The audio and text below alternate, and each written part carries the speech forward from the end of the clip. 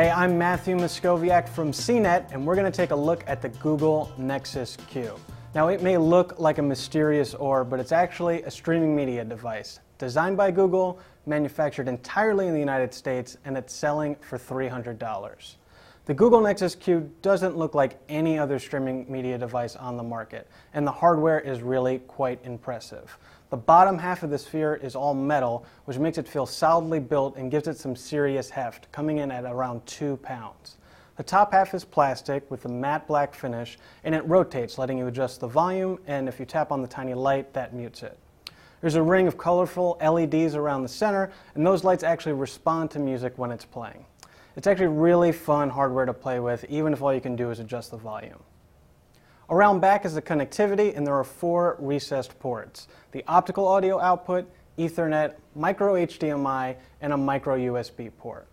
Above those ports are the speaker jacks, and that's because the Nexus Q has a built-in 25-watt amplifier. That means it can power a set of speakers without the need for a separate AV receiver, similar to a Sonos amp. Inside, there's dual-band Wi-Fi, Bluetooth, NFC, and the Nexus Q runs Android 4.0 with 16 gigabytes of flash memory, 1 gigabyte of RAM, and a dual-core processor.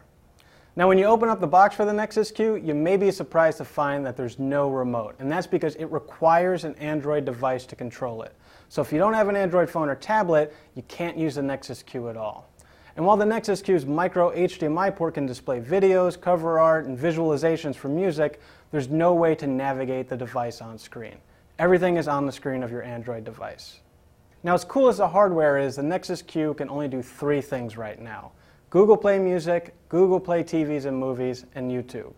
And although it feels a little like AirPlay when you're using it, it's actually a little different because the Nexus Q only streams content from the cloud. So if you have media stored on your phone, you can't send it directly to the Nexus Q. It also can't handle any other app, so there's no Netflix, Hulu+, MLB.tv, Pandora, Spotify, you get the idea. It can't play media off your own DLNA servers, and there's no way to view photos even from Google's Picasa or Google Plus services.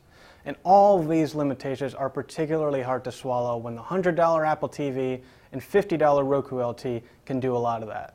And that's the main story with the Nexus Q. It's a seriously cool piece of hardware, but it really doesn't do that much, especially for a $300 device. Maybe the Nexus Q will get more features in the future, either from Google or the hacking community, but right now it's just not an attractive product. I'm Matthew Moscoviak from CNET, and this is the Google Nexus Q.